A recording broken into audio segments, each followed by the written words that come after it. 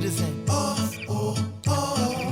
Out of many We are world citizens, same vision is for equal rights and justice for the people them. What's happening to this beautiful world that we're living in? World citizen, lift up your voices. Welcome everyone to the People Powered Planet podcast, done by the World is My Country Club. And we're so happy to have everybody here. Thank you so much for joining us. Today is World Citizen Action Day. What do we do on World Citizen Action Day? We collaborate, we join other organizations, and we support what we want to see in the world. So today, Arthur, if he's there, he's going to tell a quick little history about the World Citizen Action Day, which is actually celebrated tomorrow, the 25th. But since we have our meeting today, it's today, we're doing it today. So, just like birthdays, you celebrate sometimes different days. So Arthur, can you go ahead and tell us a little history about World Citizen Action Day? Oh, one moment, please. Stand by. Beep. Anyway, what did you say, David? I can start talking about why. Yes, World Citizen Action Day while we're waiting for Arthur. On May 25th, 1948, so 75 years ago tomorrow, Gary Davis, for I think it was his third time, went into the U.S. Embassy in Paris to try to give up his national citizenship. And I think everybody here on the call either has seen the film The World is My Country or has read the book My Country is the World and is aware of Gary's story and why he felt compelled to give up his American citizenship, his national citizenship, because of his brother being killed, because of the killing that he did as a bomber pilot, and having read the book Anatomy of Peace by Emery Reeves, which said there is no first step to world government. World government is the first step. And Gary said, what can I do as an individual, as just one person? What can I do to try to get out of this war system? So he was always, after the war, worried that he would be called up again from reserves into he was in the Air Corps, but by then maybe it was the Air Force, that he'd be called up again to kill his fellow humans. And we know all Gary really wanted to do as an actor, as a comedian, was to make people laugh, was to share the human experience of living, of loving life, loving the earth with each other. And that was what decided him to go to Paris and hand in that U.S. passport. So this is an action day because we're, you might say, honoring the action that Gary took, the brave action of handing in that passport and saying, look, when I leave the embassy, I'll have nothing. I'll have no document to identify myself, which is what happened over the next 5 or 6 years. He had no document until he created the world passport later on to help identify himself. So he wanted to imagine a world where there was or is no war, where it's a rule governed by law and by us, the people of the world.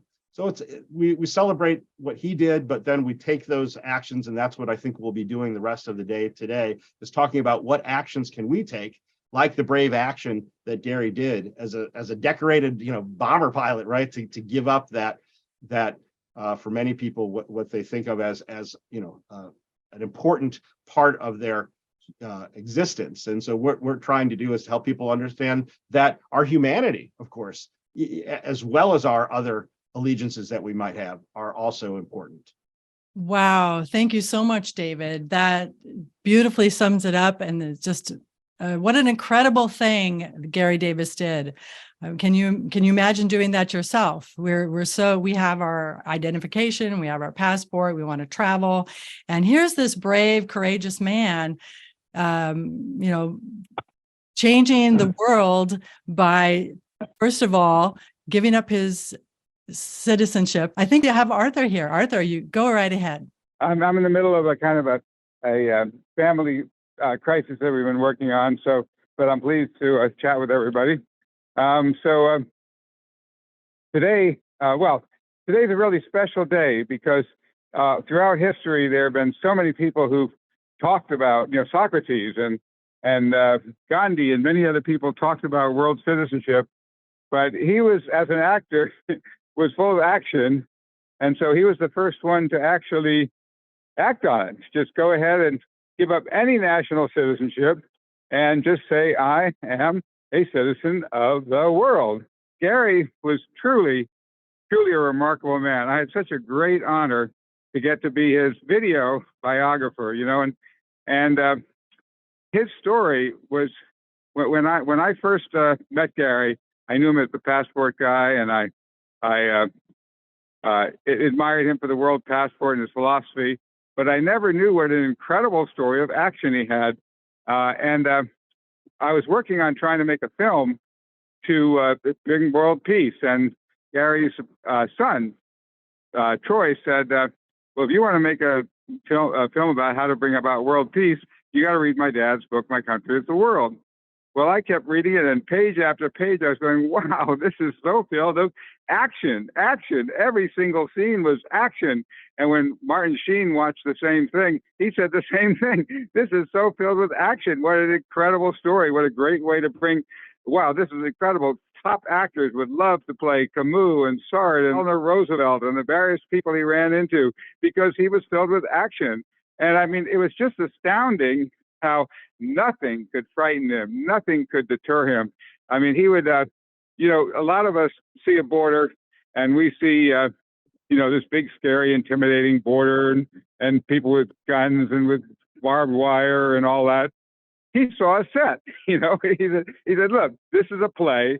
They want me to play into their play. There's not really a line here. Look, there's no line. They made it up. They're playing a play, and their play is, we have a border here, and you have to listen to us, and we are the officials. So he said, well, I outrank you. Oh, I am the citizen of the world, and I outrank you. You are just a officer with some petty country. I'm the one who outranks you, and I am crossing this border. And he would just do it, and he would start carry. In fact, you see in our film, police are trying to grab him, pull him in. Well, he doesn't care. They pull him in, okay. Or if he sits down on the border and he stays there, he's taking action, and he is living a life of action.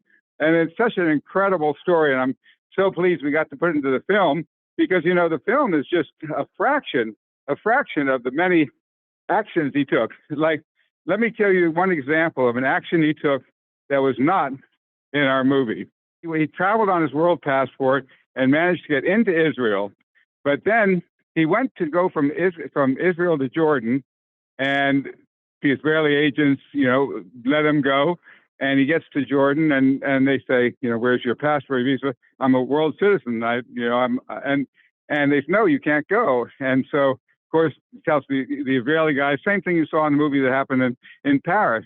So he said, well, where does Jordan end? The guy says, what do you mean, where does Jordan end? He said, well, this is Jordan on this side of the river, and that's Israel on the other side.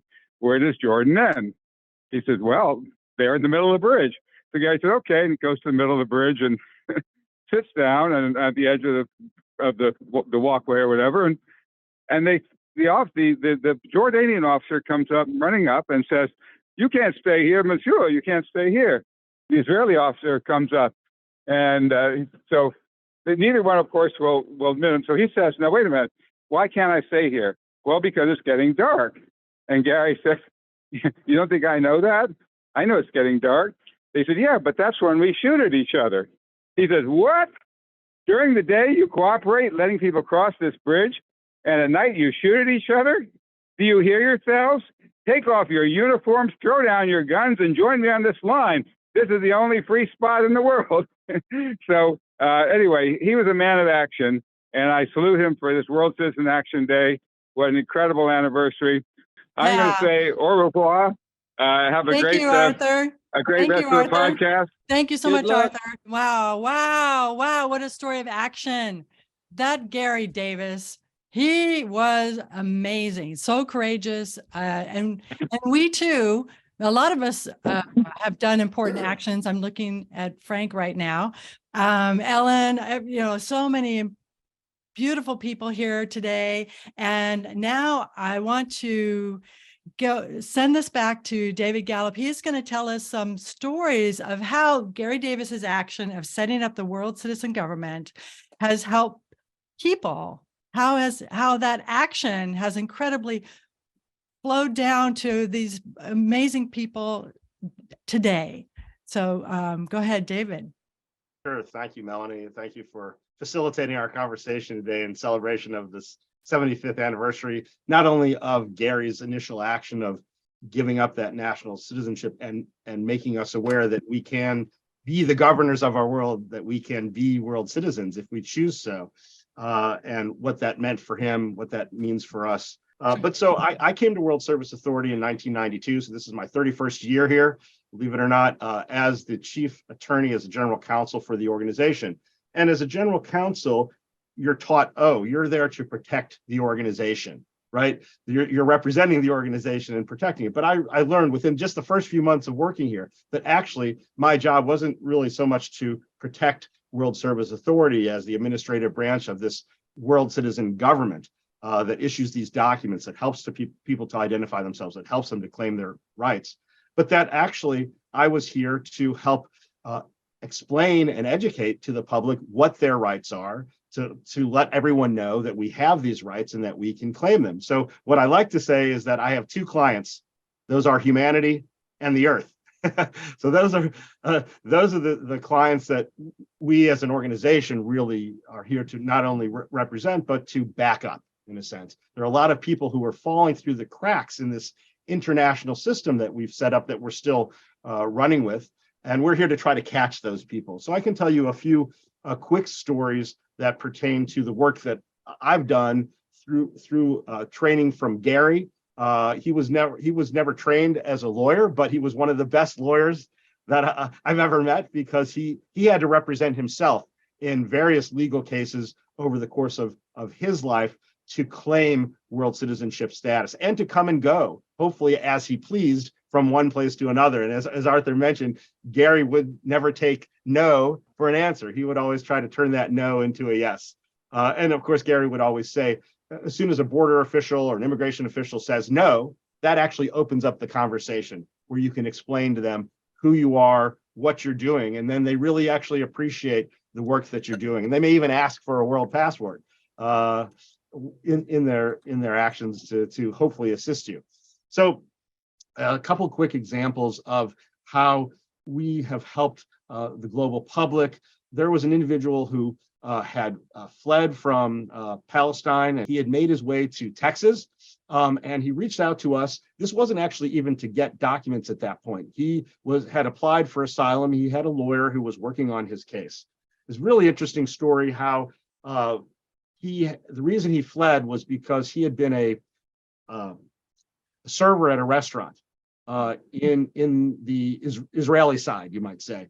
And one day he saw some teenagers writing epithets on like the side of a wall right near the restaurant. So he informed the restaurant owner about it.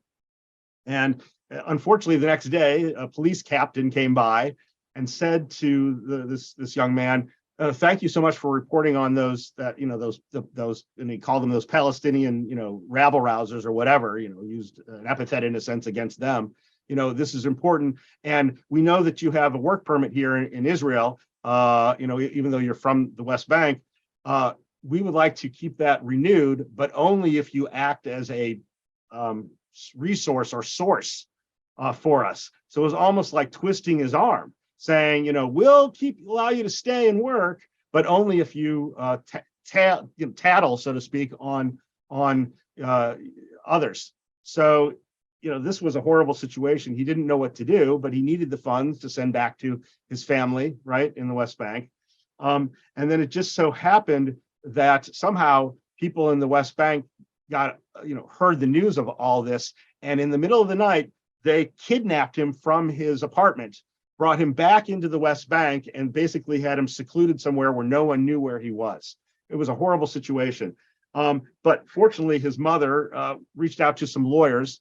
The lawyers were able to negotiate some kind of agreement with the people who captured him, right? Which may have been sort of, I don't know if they were governmental officials or some, who knows, somebody maybe working clandestinely with the government. And they said, okay, we need to go meet with him. So you need to, release him so we can meet with him. And it just so happened that they somehow snuck him out while they were meeting with him, got him to an airport and flew him out of there. And that was how he got out of Israel and Palestine, basically to save his life. So this is about when he got a hold of us. And he said, I know you have a legal department. I know you advocate on behalf of people's human rights, no matter who they are, right? And we said, of course. And he's like, well, I'm afraid to go back either to Israel because there I'm looked at as a Palestinian. They don't want me there, right? Or I might be, forced to do things that I don't want to do. Or if they send me back to Palestine, I'll be considered a traitor, right? Against my people, so to speak. So we said, okay, give us all the details of everything that's happened. We'll write a legal brief. So we wrote about a 15 to 20 page amicus curiae brief. We sent it to his lawyer, who was so thankful. She said, thank you so much for this brief. I've had so many clients. I haven't really been able to get everything I need to do to prepare for his case, but this is such a great brief. It was on a Friday afternoon. It was about 3 p.m. She's like, I've got to drive this brief down to the court and submit it because everything has to be submitted to a court usually about 10 days in advance, and submit the brief on his behalf, which thank goodness she did, because of, the hearing was about 14 or so days later. He actually got asylum. And I really think if it had not been for our brief, he might not have gotten asylum, because one of the things we do is to try to pull on the heartstrings of a judge or a jury, or basically, in other words, evoke an emotional response to support our fellow humans in a situation where, for him, being returned to either Israel or Palestine could have been certain death, right? So that's one example of where we helped an individual. Believe it or not, in just about 2 hours, an individual from Angola is coming to our office. One of the first clients we've had come to our office since the pandemic, actually, because we were, basically closed to the public because of that. He's coming in because we drafted a brief for him in 2016, which helped him to stay in the United States. But now, because the US government thinks that the situation in Angola has changed, that he could return there. So now they want to revoke the asylum, which is ridiculous, after they've given it to him and his son. So now we're, one of my legal interns, we have every internship session, spring, summer, fall. We have students, law students and lawyers from around the world, as well as communication students. And Arthur and Melanie had a film a promotion and distribution internship. So we have multiple actions through our internship programs. Speaking of World Citizen Action Day.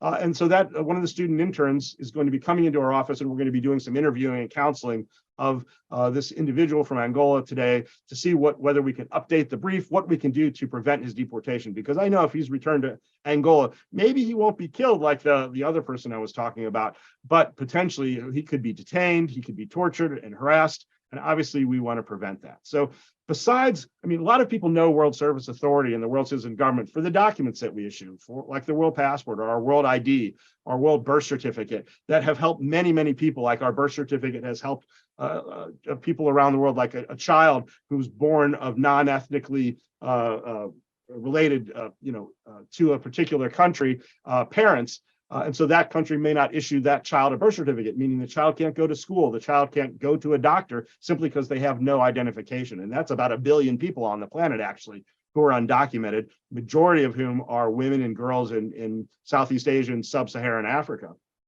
But besides the documents that we issue, we also provide free legal advocacy to refugees, to stateless persons. So, and we don't have, no one pays for that service. It's a free service. It's pro bono. So this is the kind of work that I am so proud of that this organization does, in addition to the day-to-day identification of people. We're an organization that both sees the trees and the forest, meaning we are helping individuals on a day-to-day basis in exercising their rights and understanding the rights and claiming the rights and exposing violations of their rights. But we also see this big picture, the whole forest, so to speak, of what kind of world do we want to have, and what actions do we need to take to get to that world. So I pretty much feel like the rest of our conversation today will be to talk about some of the actions that we can take as individual human beings in this world that a lot of people are suffering in, that we can make a change, us as individuals. David, oh my, David, this is what David and the people working at the World Service Authority deal with on a day-to-day basis. There's incredible stories of people surviving and they're helping them with documents and legal aid. And heart-wrenching stories, letter after letter. You can see that some in our movie, but this is such important work. And like David said, they're also looking at the forest. So it's solving the problem so these things don't happen, and getting us away from being stuck in little borders in the national system. Such important work. And that is why we have action days. We collaborate with an organization and we take action. And today, the action we're going to take today is supporting what David and the WSA, the World Citizen Government, is doing. So I'm asking you today to open up your checkbooks, basically, because we want this to continue. Do we want this work to continue? I always say, support what you want to see in the world. If it's just $5, $10, whatever you can do, whatever you feel you can do. I mean, there are world passports that you can get are more expensive, but what you're doing is supporting someone else who cannot pay. I mean, with the exchange rate in other countries, when they look at the price to get a world passport, it's unreal. It's like, $1 is how much I made today or whatever. So what we're going to do right now is I'm going to share my screen, and we're just going to go through what the World Service Authority, the World Citizen Government has on their website. So I'm going to share my screen right now. And here we go. First, we have, of course, here is the website. You just go to worldcitizengov.org. And here you have refugees, incredible refugees that receive the passport. Incredible story, another incredible story, tons of credit. David could go on and on and on for hours talking about what he's doing, but he has to get out and do it. Rather than, he can't just talk about it, and he needs support. He needs support from us. Who does he need support from? Every single one of us here today. So if you don't have a world passport, the reason why you would get one is supporting this organization, but it's a humanitarian tool. It's something you could feel, hold, and show to other people. It's an ID. For some of you might need, use it as an ID. I have successfully, no problem. And so there's other documents. There's here you can go to, you just click on documents, apply online, because now it's all online. So I would like everyone, if you can, get on your computer. If you're on your computer, just click on that documents and go apply online. And this is very important information for folks that are going to use it as, it's like something life or death. They need to, we need to read that and recognize that this is, you have to know your rights. You have to know Article 13.2, that is from the Universal Declaration of Human Rights. You have the right to travel, leave your country, return to your country. Now, here are the prices. So it's really, for me, $125 doesn't seem like a lot. So $125, you can do that, but 5 years, it's less. Here's the 15 years. You can have one for 15 years. And that, like I said, is supporting. David, how many people can have a passport for free with $500? Right. So it's not even just passports. We also issue other documents like right. Asylum cards, world IDs, world birth certificates for that. So generally, when someone makes a donation of $500, we issue between 5 and 10 free documents to people. In fact, that picture on the home page of the website was all the Agoni refugees. We issued close to 1,500 world passports. That's just a small group of them to these refugees who many of them had fled Nigeria because they were living in their homeland called Agoni land, which had an oil company had been digging in their on their land, with permission from the Nigerian government, and it really destroyed their watershed. It destroyed their capability of living there. So many fled to Benin. So this is a group of refugees from Benin who really we gave, like I said, many passports to them. Some of them found it useful to either leave the refugee camp during the day to actually work elsewhere outside the refugee camp because they needed an ID. Some even actually left the refugee camp to other countries in Africa to try to start a new life elsewhere. So the donation like that does help us to provide gratis documents to people around the world, and not just refugees and stateless people, but we do take into consideration people's economic status, because there might be somebody living on a fixed income, and they may not be able to afford all of the fees. We understand that. Exactly. So here's the actions we can take. You can, if you don't have a world passport, please get one. Please, as a world citizen, we are all world citizens. You're born as a world citizen. You're born on the world. If you recognize that and realize that, that's huge, because you're starting to think, okay, let's think of the world as a collective, the future generations, let's think of them. But to have a world passport is fantastic. It's phenomenal. You can show that to everybody and spread the word. Here we have the mounts. Here are the other documents: identity cards, birth certificates, birth card, international exit visa. Talk about the international exit visa, David. Tell us about that. Sure. Well, so that was started to be issued in 1990 because a lot of people were trying to leave their country and were rejected at a border, or occasionally border guards would say, oh, well, pay me $50 or $25 and I'll let you leave. So by having issued an exit visa based on Article 13, Section 2, as well as of the Universal Declaration of Human Rights, and Article, I think it's Article 12, also Section 2 of the International Covenant on Civil and Political Rights, that says everyone has the right to leave their country and to return to their country. So you have a right to leave. So even if you haven't been given maybe an entry visa by a particular nation state, you are supposed to be able to at least leave your country, certainly, especially for someone in a refugee or stateless kind of situation where they're being persecuted. So that's why we started issuing the exit visa, in a sense, as a tool placed in the world passport that you can show to a border official and say, no, I already have my exit visa. I don't have to pay you anything.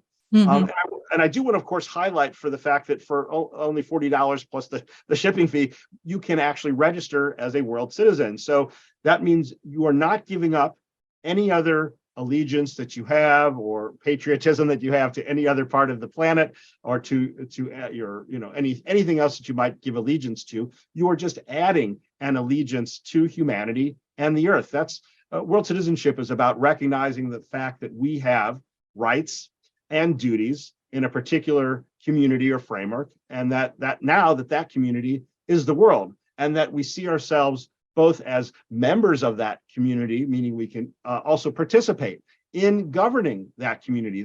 So it's almost like building a mindset, even in your own mind, and that you can share with friends and family and colleagues of who you are, in addition to whatever other status or identity you might have. And you get a small plasticized world citizen card in 7 languages and a large paper certificate. And I am excited to announce that I hope once our new database is completed, maybe by the end of the summer, we will actually have new IDs. And I can actually really quickly show you an example of our new plastic IDs, which we have Gary on this as the sample. So it's a plastic ID. Oh, wait. Isn't that cool? Wait. Fantastic. And then on the back, we can have the ghost image, a QR code that links to our website so people know who the issuing authority is, a barcode with, information about you, and it have, all the kind of standard information that any kind of card might have. So I'm really excited about the fact that we'll be issuing these new documents, as well as new certificates too. And all of this will be printed by machine. So I'm excited to, you may want to register now as a world citizen, or you may want to wait just until perhaps till August or September once we have that. Yeah, I would let's still take action today. Let's take action today.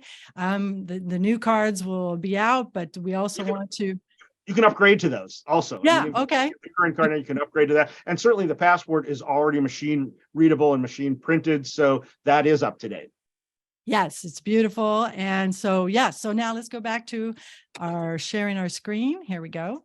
So so everyone please go to, there we go, worldcitizengov.org, click on documents, apply online. Now, let's say, for example, for some reason you don't want to do the documents, but you really want to support what David's doing.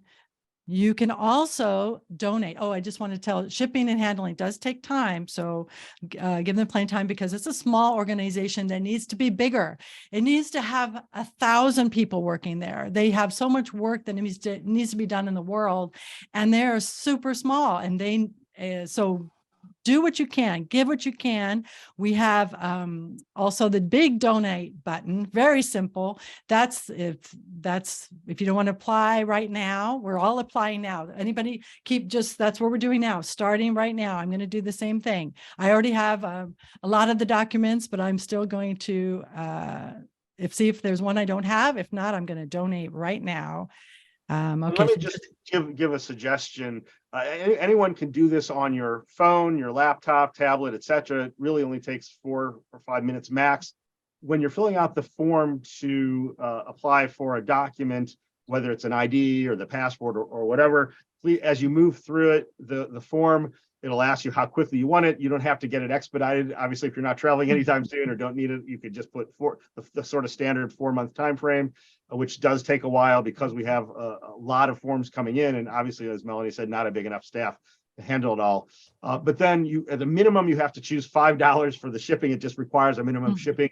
But then when you move on to fill in your given names, your family names, etc., there's some other things just to be aware of, that you can upload a photo of yourself, a selfie that you've taken standing against a blank wall, preferably a white or off-white colored wall. And just make sure to include, a little bit of space above your head and down to your shoulders in that photo. It is useful to have that photo either on your phone or your laptop as a JPEG image. And on the website, it really only allows for an image that's 500 kilobytes or half of a megabyte or less, both for your photo as well as for an ID document that we would need you to upload, like a copy of a state-issued driver's license or other ID, to confirm that you are who you say that you are, in a sense, a certification of the form. So both of those need to be less than 500 kilobytes. And because when you take a photo with your Android or iPhone photo, usually those are 4 or 5 megabytes. It's a lot larger than you need. So you might have to manipulate the size of that photo. Worst case scenario, you can upload a flower or anything from your phone or computer. It doesn't matter as long as it's like an image. You can upload it, and then later on, you can simply email us your photo. You could even mail. I mean, some people still, in certain parts of the world who don't have access to the internet, will just mail their forms with a photo that they've taken at like a photo studio or someplace. So we still accept forms offline as well as online. But the online system, I'm so delighted with it. It makes applying so easy.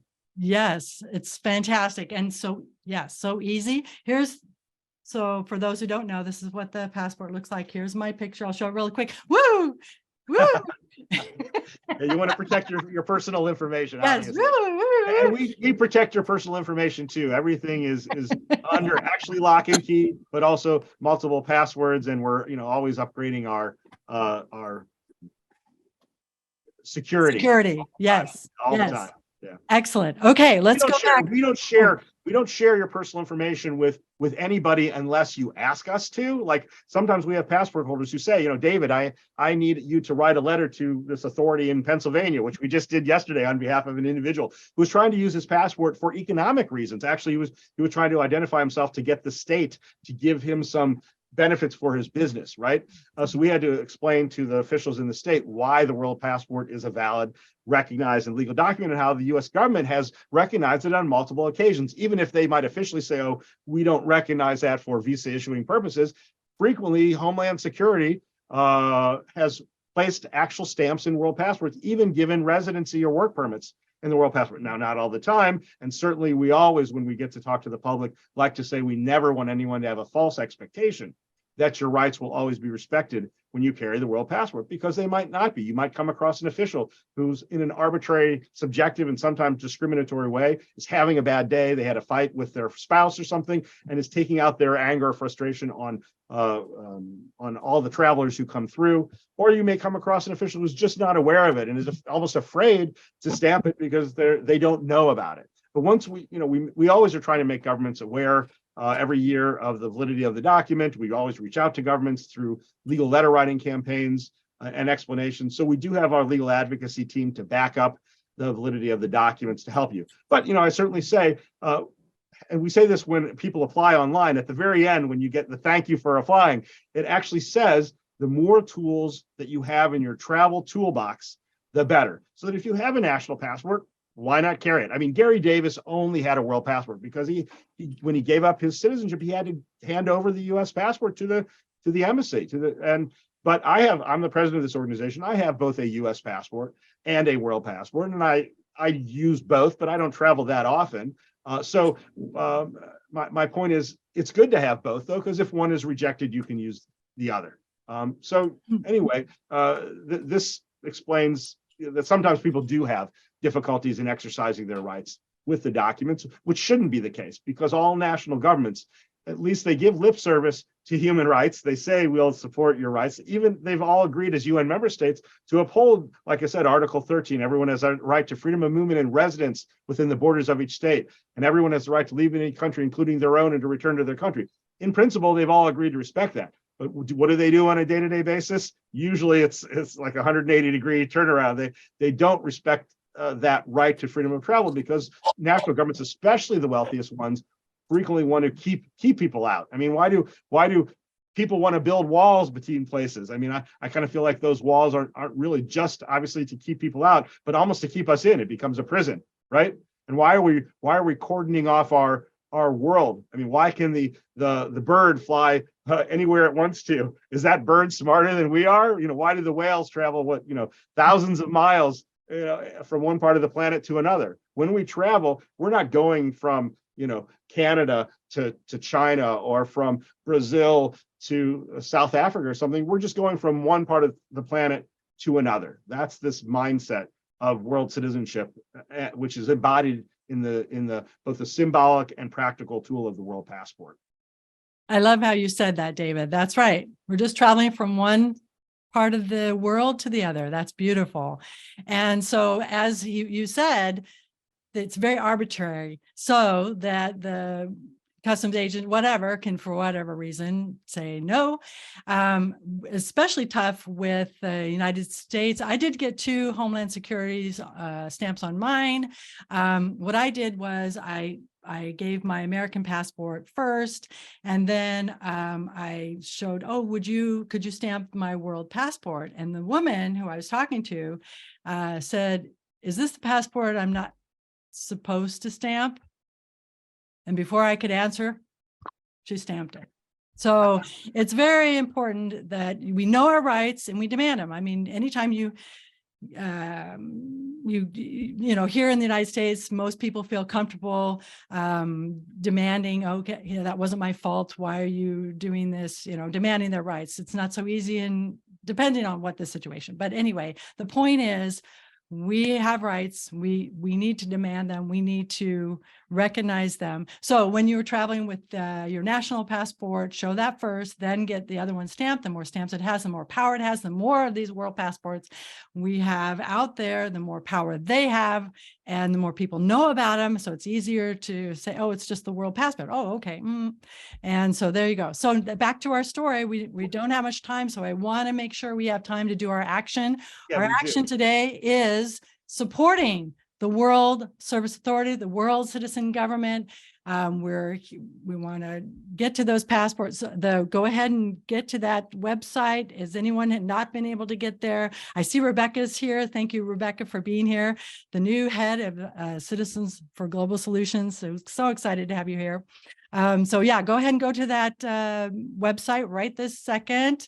I'll share my screen again so we can. And Melanie, while you're doing that, because there's that. There's also, we want to mention the World Court of Human Rights and the pledge on that. But before, okay, let's just really quick, I wanted to say that we are so taught that we need a passport, right? I mean, really. But Gary once told me that his parents traveled. I think it was between World War I and World War II. They traveled to Europe. They didn't even need a passport. They went, and it was really after World War I that national passports became almost the requirement. So it hasn't even really been much more than 100 years that the passport has even existed.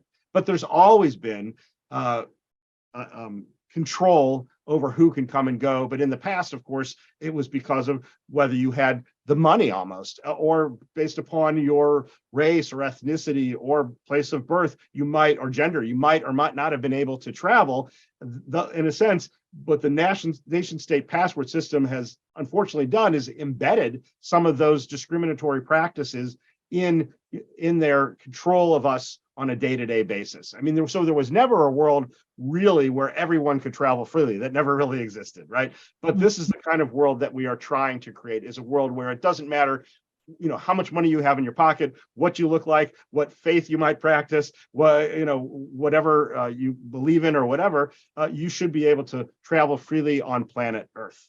Exactly. As a human. And that would presuppose that we have a planet that is one, that we are all one, that there's a common federal law, you might say, so that wherever we find ourselves, we are world citizens with the right to live, the right to work, the right to travel, the right to education, all of our fundamental human rights upheld. That's the ultimate goal of this simple and practical tool of both the passport and being world citizens.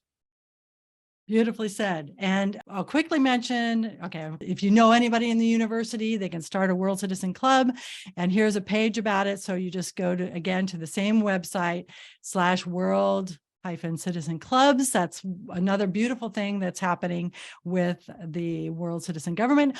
And with Citizens for Global Solutions and the Young World Federalists. We are also yes. of those clubs. We have a current club running at George Mason University. And Rebecca can also tell you that she has spoken with some students at Trinity Washington University, where we have a sort of an adjunct to the clubs, which is a World Citizen Ambassador program, where those students, oftentimes students at that school, are women in, you know, sort of impoverished situation or vulnerable situations economically, or who haven't been able to have the same kind of advantage that other students at colleges or universities might have, and especially young women of color. And what was amazing about that program is not only did they get to hear speakers like Rebecca, like me, but they even got to go to the UN and go to a Global Futures Forum and actually have a say in our future. So that's amazing what we're doing with the clubs and other programs jointly. Excellent. My gosh. And then it just goes on and on and on. David, when do you sleep? I know for a fact, David works when he gets home, and a lot. So I don't think that's fair, but that's what he does. He's a dedicated human being to the planet, you know, dedicated to the planet and doing a beautiful job, but he needs us. He needs us. Okay, here we go. We have also, as we were talking about, the World Court of Human Rights.net. Put that up, click, have a tab there so you can look at it after we close. And if in just 12 or 13 minutes, we're going to end the meeting, but your action doesn't end there. So David, please talk about the World Court of Human Rights. Yes, well, we just had a meeting today which included two of the drafters of the two principal draft statutes for a World Court of Human Rights, Martin Scheinin, who's in, I think he's in Italy, or Switzerland, or he was in Switzerland, but I think he's in Italy now, and Mark Ottinger, who's an attorney in Burlington, Vermont, who worked with Gary Davis while Gary was alive. Both individuals have helped us to draft through design team two different statutes, what we're calling the COSMA, NOAC, and Scheinin statute, or KNS statute, and then the Lucknow statute. And I've got a little copy of this draft statute. So we're trying to harmonize those two statutes, and we're building a coalition for the creation of that court, just like Rebecca is working as a convener for the Washington Working Group on the International Criminal Court, and how others back in the 1990s built a coalition that within a very few short years actually created the International Criminal Court, which is doing so much important work to deal with war crimes, crimes against the peace, genocide, and now the crime of aggression. It's so important that court exists to take to task governments or government leaders who are violating international law, and especially now the law against violence, you might say, or war. But why do we need a World Court of Human Rights? Because although that, like, the ICC handles crimes, you might say, or international war crimes, the ICJ handles matters, disputes between nation states, there is no court for us, the people, we, the people of planet Earth, right? And this is the intention of creating a World Court of Human Rights, because as Mark Ottinger, the primary drafter of the Lucknow Statute, said, look, about 60% of humanity lives in a part of the world where there's not even a regional human rights system, which is Asia. I mean, there's an African Charter on Human and People's Rights. There's a European Commission, an European Convention on Human Rights. There's an Inter-American Convention. There's even an Arab Charter of Rights, but there is no Asian Convention and Charter of Rights. So that means, like, if you're a refugee, a Rohingya refugee who was living in Myanmar, and then your village was burned and you had to flee to Bangladesh, you can't get justice or redress in Myanmar. You were considered stateless. They didn't even allow those people who happen to be born there to get the citizenship of that country, which means they had basically no rights almost. And then if you fled to Bangladesh, you might still be having trouble getting rights respected, and probably not have much success in getting even the Bangladeshi government to help you define redress against the Myanmar government. So where do you go? There's really almost very minimal other venues at the international level. Maybe the Human Rights Committee of the International Treaty Body of the International Covenant on Civil and Political Rights, but it has to be a country has signed that optional protocol, which is so few countries. Or trying to go through the Office of the High Commissioner for Human Rights, but that's not really for specific redress for individuals and groups. So this is why I'm so passionate about wanting to convene a coalition, and now we are convening this coalition for the World Court of Human Rights. We have these two pledges, Melanie, which I think you put in the chat, or you can show one real quick if you want. But we have individual pledges, so anyone who want to sign it, basically meaning you're just telling us your name, your email, and maybe writing a short sentence as to why you support this court. By the way, we do take people's data and privacy obviously personally. So although you, in a sense, opt in to sharing your name and email with us, at any time you can opt out, just so that you know that that's a possibility. And all you would be getting from us would be maybe an occasional quarterly or something newsletter from the World Court of Human Rights if you were to sign that individual pledge of support. We also have an organizational pledge of support, meaning if you work at a particular organization, whatever that is, and you're either the head of that organization or you know somebody's the head of an organization, whatever it might be, if you can get them to sign, to support the creation of the court, we will start putting all the logos of all the different civil society, NGO, and even intergovernmental organizations that will be agreeing to support the World Court of Human Rights. We already have had some amazing people on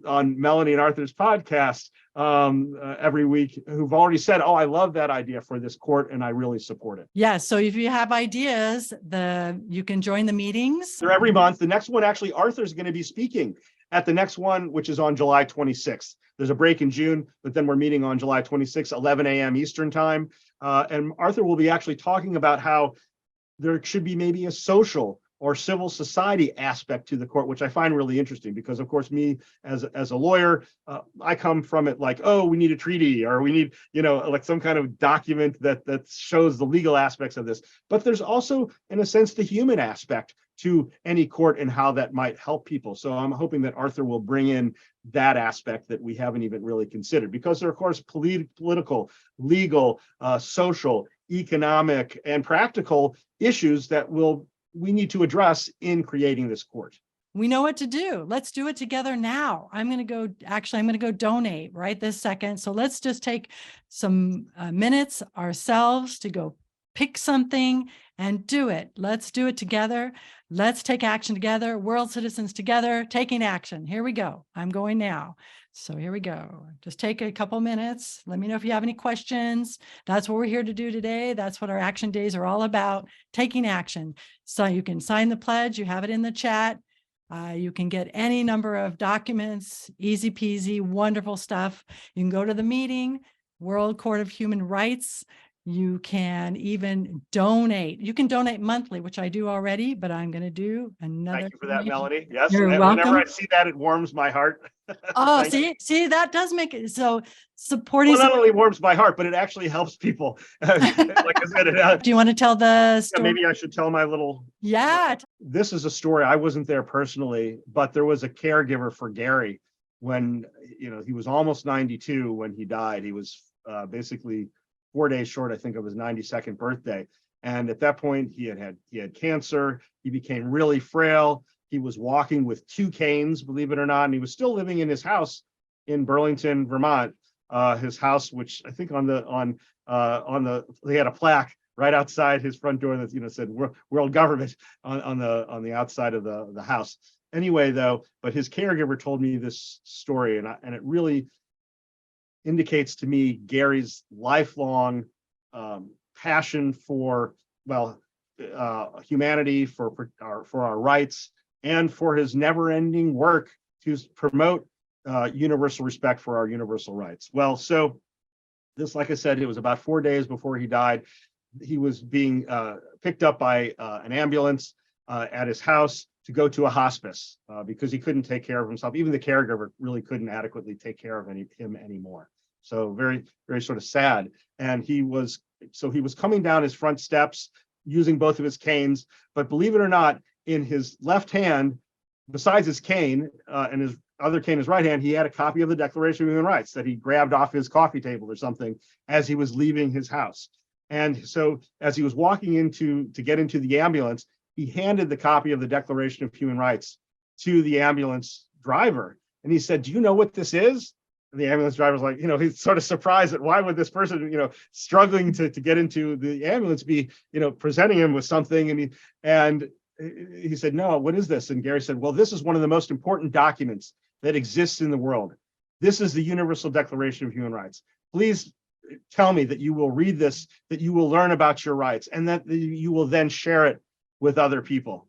And the ambulance driver was sort of surprised, but very happy that he was not only was, he felt he was giving something to help this frail person, but that he was getting something back from this person. So he was very thankful, and he said, "Of course, I will do so." And it just shows to me Gary's passion to promote human rights and environmental rights, to promote world citizenship, even up to the right before he died.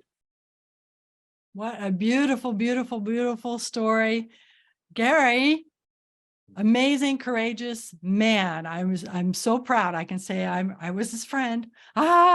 So we had some great conversations. I had a long drive, like an hour each way. And so I'd have him on the phone. We have some beautiful conversations together.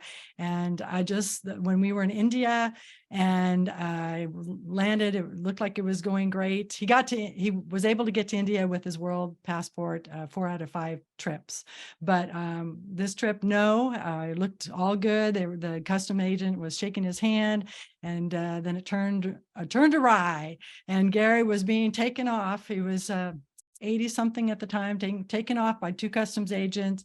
I was like, what a courageous, powerful, amazing person who's done so much to change the world and has affected so many lives beautifully. So, and then we have David carrying on the torch. Thank goodness for David. David's such a dedicated person, keeping this work going, doing such a beautiful job. And we want to gather more and more people aboard so they can help more and more people. And I just want to thank everyone here who came today to do this action. I thank you for doing the action, whatever action you did. Thank you so much for supporting the World Citizen Government, supporting what you want to see in the world. That's my big, I've said it 3 times. I can't say it a 4th. They say 3 is all you get to say. But it's true. It's true. We live this life, and you have money, and why save? You gather all your money together, and then it's hard to tell how much you need at the to support you, how long you're going to live, whatever. But along the way, we need to give some to what we want to happen. We want to give energy. There's also volunteering. There's also just spreading the word. Everyone tell them, keep the word going, let people know about the World Service Authority, the World Citizen Government, the World Passport, Gary Davis, and now David Gallup. So thank you, one and all. We're going to end the meeting there. Thank you, David. Thank you. Thank you. I want to thank all of you, because as Gary would remind us, we're the governors. We are the ones who it's beholden to us to try to govern our world, to try to make the world, as Melanie just said, the world that we want. And it's up to us. I can't do it alone. Melanie can't do it alone. None of us can do it alone. We need to do it together. We need to do it as humanity or as human beings first and foremost. Beautiful. Thank you so much. Thank you, thank you, thank you, everyone, for being here. We're very excited to say we have Red Cross. The Red Cross is coming. I'm going to share my screen again. Here's the Red Cross event with Joanne Dufour. We'll be here next week, and she is going to be talking about humanitarian law, which has been so helpful. Come back next week and every week to the People Powered Planet podcast. Bye. Thank you, David. Bye. Thanks, everybody. World citizen, lift up your voices. Oh, you know we got something to say. All we need is the same directions, heading in one way. Thank you for watching. Please subscribe to our channel and like this video.